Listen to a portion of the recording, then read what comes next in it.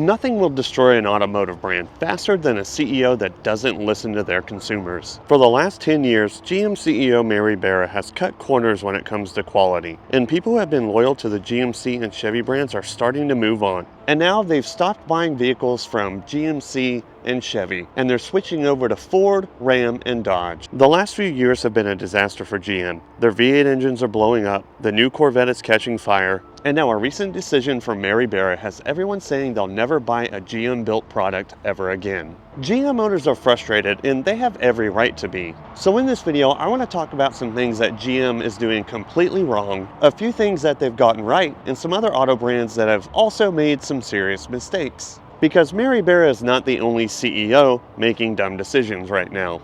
And we might as well rip the band-aid right off and start with the latest, most recent dumb decision that GM CEO Mary Barra has decided to make. This decision makes absolutely no sense to me, and it probably will make no sense to you, no matter how she explains it. GM is saying goodbye to Apple CarPlay. That's right here on Popular Mechanics. And they're not just saying goodbye to Apple CarPlay, they're also getting rid of Android Auto, both interfaces that allow you to just connect your phone to your center dash, like the screen in the middle, and just control all your entertainment, navigation, and other app options from there.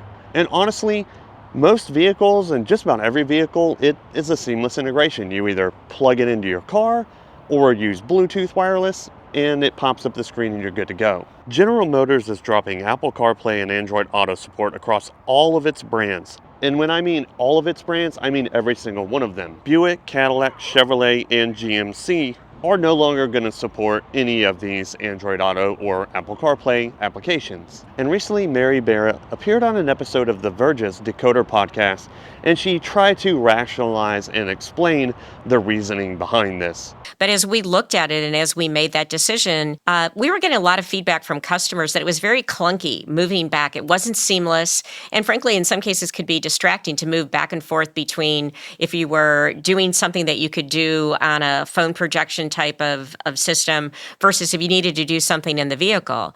And we also know that's only going to increase when you look at some of the things we're going to talk about of how we can just make your life better and assist you as we move forward. And I think we're at the very, very early stages of services we can have on a vehicle. Now, her reasoning behind this, and this is what she says is her main reason, she stated that customers are complaining about experiencing a clunky transition between, like, say, Apple CarPlay and then going back to the settings of their vehicle.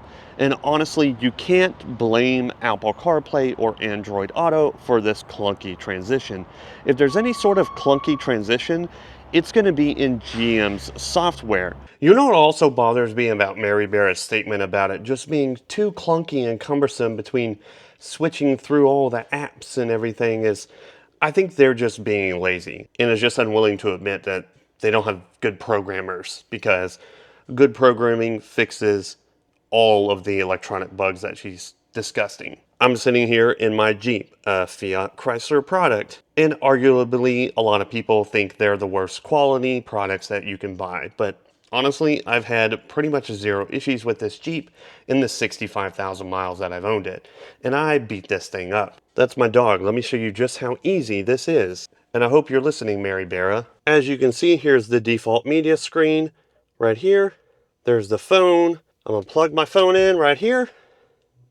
And it's going to seamlessly switch right into CarPlay. Took like a second, but everything's on the screen. This is my Google Maps. I've got my apps right here.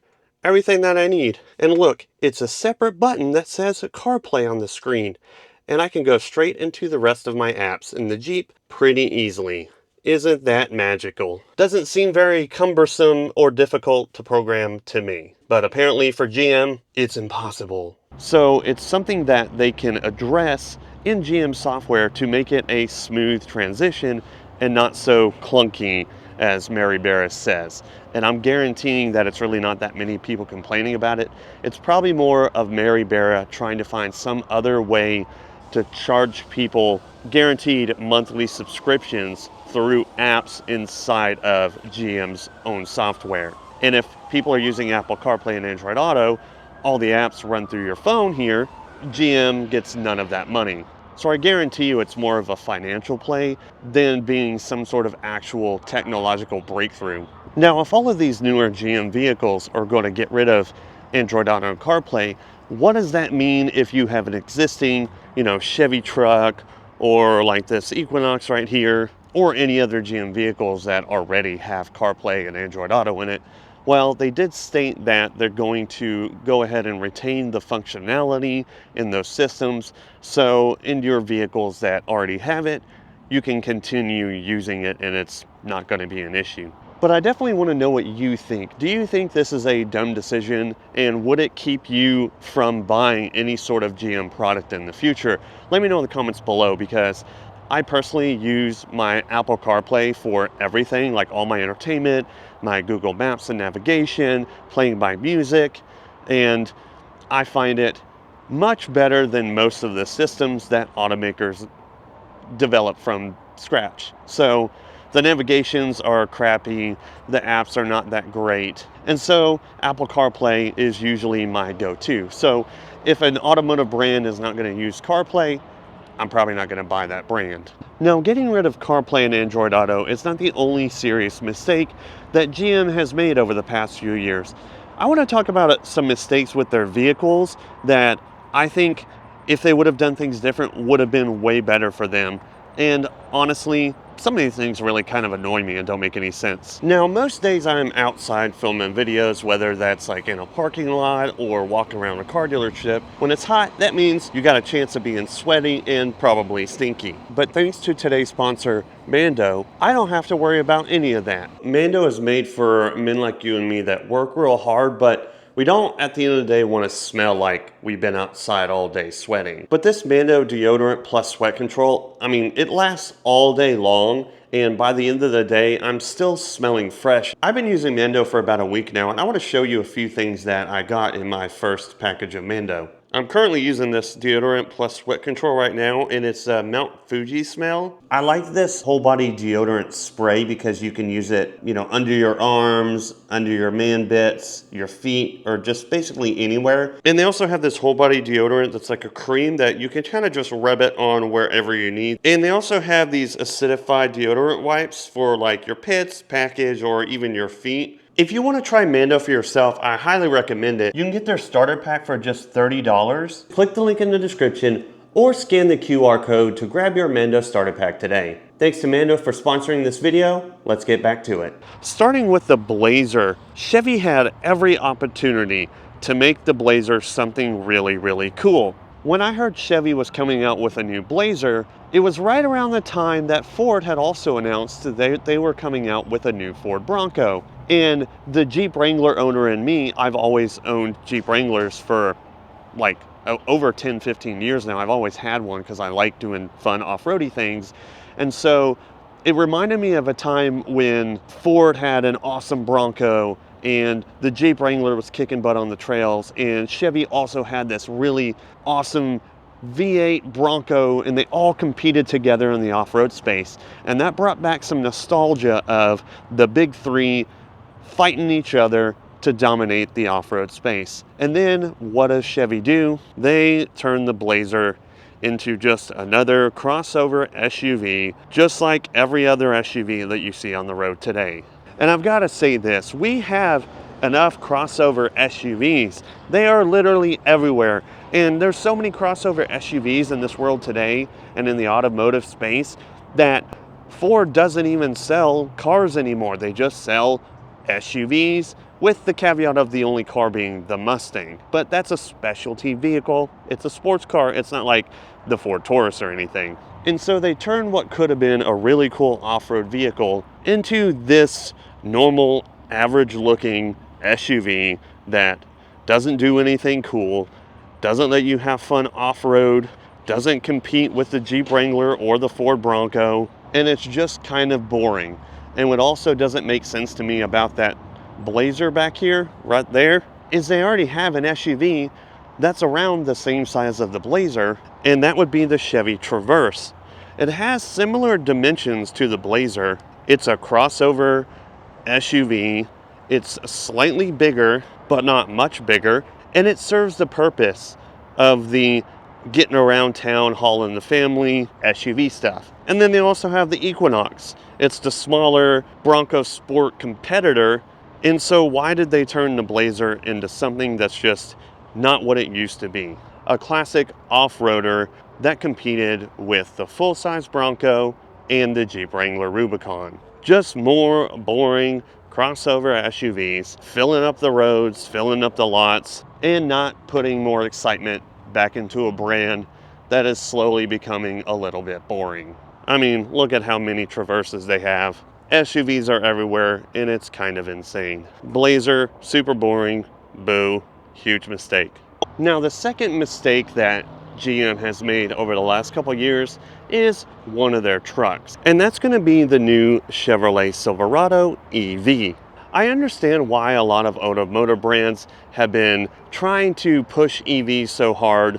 One of the reasons is the government made all these standards and we're trying to transition every single human on planet Earth to go full EV by 2030.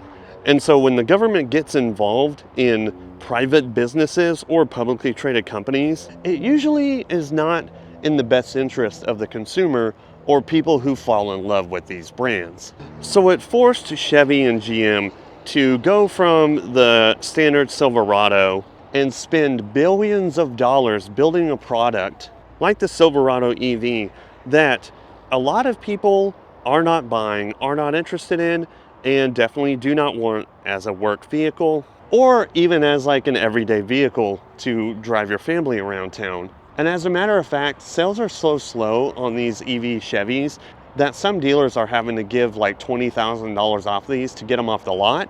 And what that does, and nobody talks about this, is there's a video from a guy named Hoovy's Garage, and he bought one of these Chevy Silverado EVs. In the time he owned it, it had dropped in value and he bought it used, but he bought it used from somebody else who bought it new, and it dropped in value by around 50%. And what a lot of people don't mention is that when you give $20,000 off of a brand new vehicle, for example, this more of a lower trim level right here, and don't worry, they get really expensive. This is $62,000.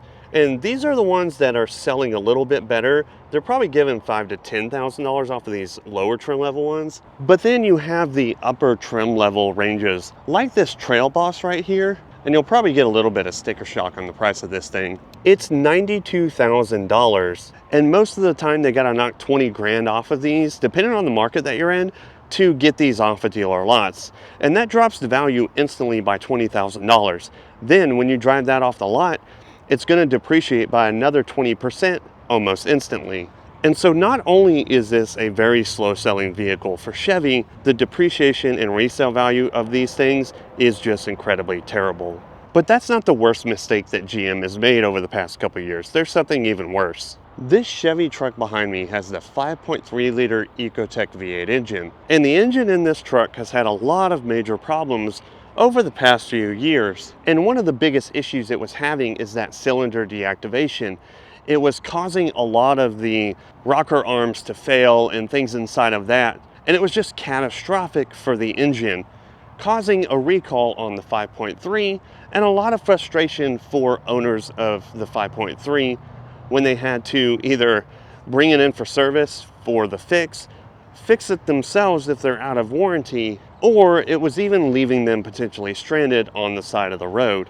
But that's not the worst thing that's been happening to GM's V8 engines over the last few years. Things are even worse for Chevy owners that have the 6.2 liter V8s, because those are just blowing up or locking up left and right. And the main issue with that is just bad engineering. Like, they put too much gap in the bottom end where the main bearings are, and as the engine spins up, all that extra gap allowed those bearings to just slightly move a little bit, and a lot of times the engines are completely just grenading and blowing pistons out the side, or they're just completely locking up.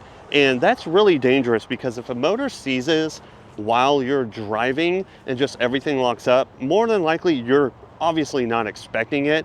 And that's really dangerous. And the solution they have is kind of a band-aid fix. They're testing the motors for certain tolerances, and if there's shown to be an issue, they'll replace your engine. But if they don't have whatever issue they're looking for, they'll actually switch you from a thinner oil to like a 5W30, and they said the thicker oil will be the solution. Well, it turns out that's not the case. I just talked to someone who's works in service at this dealership, and they said one of their automotive techs was driving one of these vehicles that had passed that test. They had put the new thicker oil in it, and as they were driving it around, the engine locked up during the mechanic's test drive. And so right now, the solution that GM had for those motors is not a solution. It's just a Band-Aid. It's temporary, and those motors are just gonna completely fail regardless of what they do. Now, I'm walking through this little field part of the dealership because I wanted to talk about real quick something that Chevy got wrong. And this is just a quick little bit. And I'm actually at like a Sherwin-Williams paint shop right here across from Chevy. Well, one thing they got wrong was getting rid of the Chevrolet Camaro. This was a fun, awesome American muscle V8 car that competed directly with the Ford Mustang. And now that they've gotten rid of the Camaro, there's nothing that directly competes with the Ford Mustang. And honestly, I just think that's kind of sad, because it's like what I was talking about with the Bronco versus Blazer versus Jeep Wrangler kind of rivalry.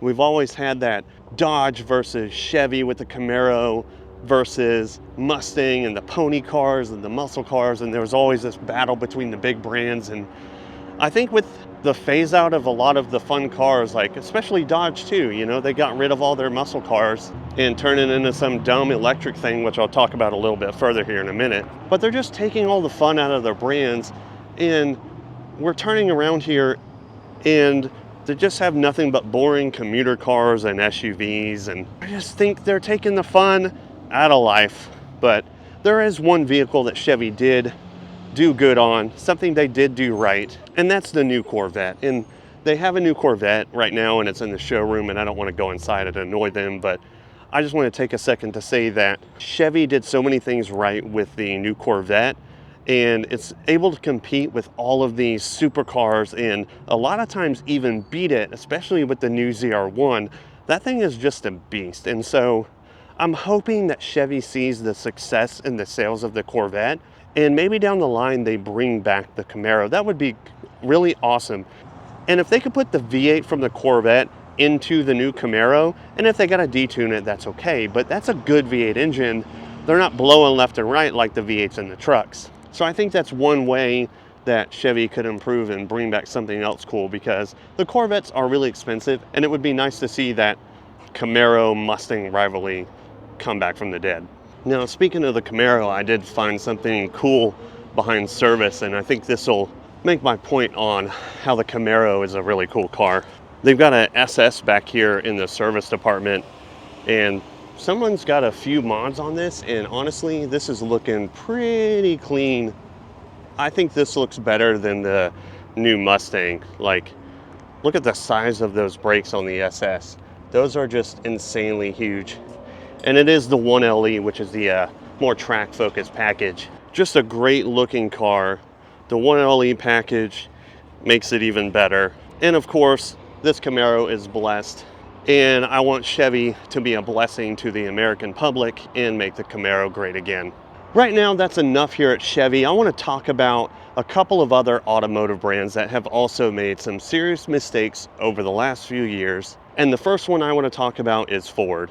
And that car is going to be the new Ford Mustang. It's been out a couple of years now, and I've said this before, I really like the design overall. The taillights are a bit questionable, being a little bit too pointy in the V. I like this gray color combo with the bronze wheels. I think it looks pretty neat. But there's a few issues with this new Mustang. And first of all, the sales. Sales have dropped dramatically. They were already slow last year, but this year in 2025, sales of the new Ford Mustang have dropped a whopping 14.2% compared to the same time last year in 2024. So 2025 for the Mustang is not looking good. We're in the peak of summer driving season, and the sales continue to go down on these cars. Now, there's a couple of reasons I think they're not doing well, and then there's one specific reason why I think maybe the second half of 2025 might be good for the Mustang.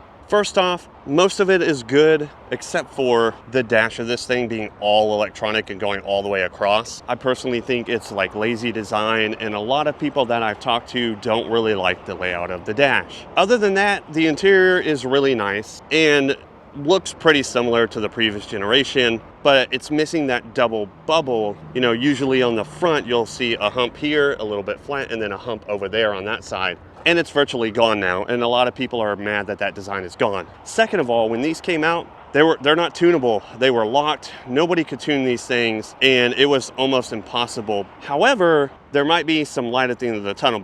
Before I tell you that, the second reason is also the price of the new Mustang. Here's a 5.0 with these like fan blade looking wheels, and it's an automatic for $53,110. That's about 8 to 10 grand more to get into a decent V8 5.0 than the previous generation, and people are just not wanting to spend that money. Now, they might wait until a used one comes out, but they haven't sold enough to really have many used ones on the lot.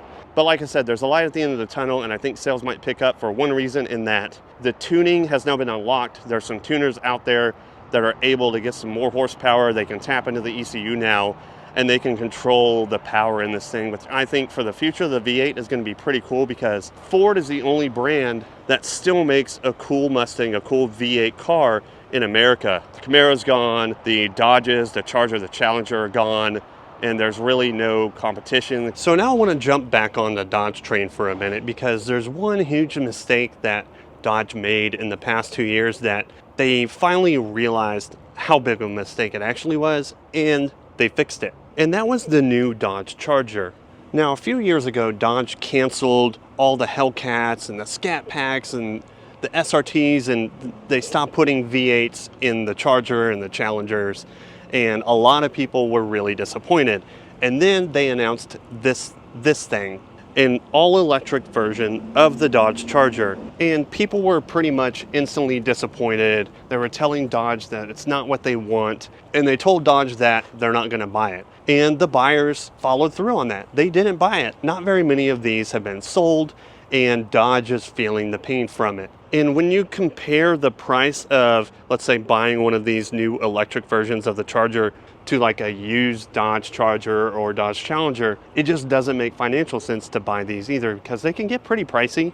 This is an RT Stage 1, and while I don't see a window sticker in these, I've seen them on average around $60,000. And if you go and get a used Charger or Challenger with the Hemi V8, you're looking at like mid-40s for something with maybe 20, 30,000 miles and the V8 engine in these that everyone wants. However, Dodge has learned their lesson, and they're finally going to be doing something really cool. They're bringing back internal combustion engines into the Charger and Challenger lineup. Mainly the Charger. They don't really have anything coming for like a new Challenger yet, not that we have seen or heard of at this point. And there's also going to be a four-door version of this. And recently Dodge did reveal the first ICE engine version of this new car, and it came with the twin-turbo Hurricane engine, and the reviews were slightly mixed. People were laughing at the sound. They thought it sounded like a vacuum cleaner, and honestly, it's a twin-turbo, six-cylinder, straight-six engine, and it's not going to sound like the V8, and obviously not going to sound like an electric car either. But it's a step in the right direction, and that was just the start of Dodge bringing back the ICE engines, because they're not going to just shove the twin-turbo six-cylinder in there and call it a day. They're actually going to be bringing back the Hemi in this new one. And once those come out, I'm pretty sure sales will really ramp up. And I think there's been some positive reactions on that twin-turbo Hurricane engine, because it's like about 50-50. Some people are saying, hey, it gets better gas mileage, it's easily tunable, you can really push the power out of it. And that is true. Turbo engines are easy to tune. Honestly, you crank up the boost, give it some more fuel, and you're having a good time. It just doesn't sound like the V8 that everyone's used to. But the Chargers and the Challengers at some point did have a V6 engine as an option. So it's just going to be a better lineup. You're going to have an electric, you're going to have a twin turbo six-cylinder, and then down the road, you will be able to get the V8, and I think that's pretty cool. So good on Dodge for listening to their customer base, realizing and admitting the mistakes that they made, and moving forward with bringing back ICE engines into this new Dodge.